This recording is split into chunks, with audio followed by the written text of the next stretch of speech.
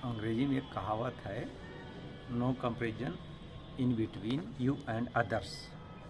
इसका मतलब यह है कि कभी भी आप अपनी तुलना किसी दूसरे से न करें, क्योंकि स्वभावतः जाना जाता है कि एक व्यक्ति अगर संगीत में निपुण है तो दूसरा गणित में प्रवीण है, लेकिन दोनों एक दूसरे से एकदम अलग है। इसको एक उदाहरण से हम इस तरह समझ सकते हैं। एक बार एक जंगल में एक दौड़ की प्रतियोगिता हुई और उसमें 4 प्रतियोगी थे, एक बंदर, एक हाथी, एक मछली और एक घोड़ा। स्वाभाविक है, जब दौड़ शुरू हुआ मछली तुरंत ही तालाब से बाहर निकली, मर गई। हाथी शरीर में बलवान तो है, लेकिन वो बहुत दूर तक दौड़ नहीं सकता, वो धीरे धीरे थक गया।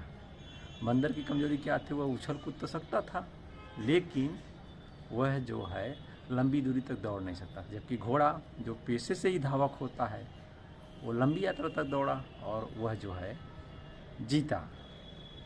इसी तरह से जब दूसरी प्रतियोगिता होती है जल में डूबकर रहने की, वहाँ क्या कंडीशन होती है कि मछली जो है लगातार पानी के भीतर रह जाती है। तैराक थोड़ी देर जो है, हाथी बंदर सारी थोड़ी देर तैरते हुए इधर उधर जाता है, लेकिन भीतर नहीं रह पाता, उफरता डूबता है, निकलता है। हाथी अपनी ऊंचाई से थोड़ी देर अधिक देर तक रहता है, पानी में सूर डालता है, फिर सूर निकालता है, लेकिन अंततः घोड़ा तो खैर एकदम तैर कर निकल जाता है। अंततः विजय किसकी होती है? मछली की। इन दोनों कहानियों से एक चीज़ समझ में आया, अपने अपने क्षेत्र में सभी बलशाली हैं, लेकिन सभी क्षेत्र में सभी बलशाली नहीं हैं। यही हमारे आपके व्यक्तिगत जीवन में भी है।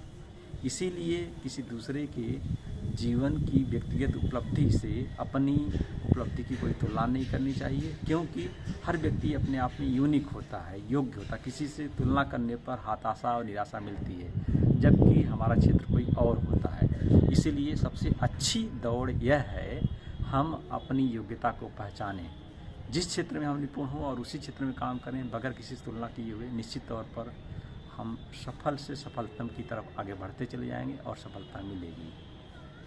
पूरा कहने का उद्देश्य है, जीवन में सफलता तभी मिलेगी जब हम खुद को पहचानें, न कि खुद की दूसरे से तुलना करके, दूसरे से कंपटीशन करके आगे बढ़ने की कोशिश करें।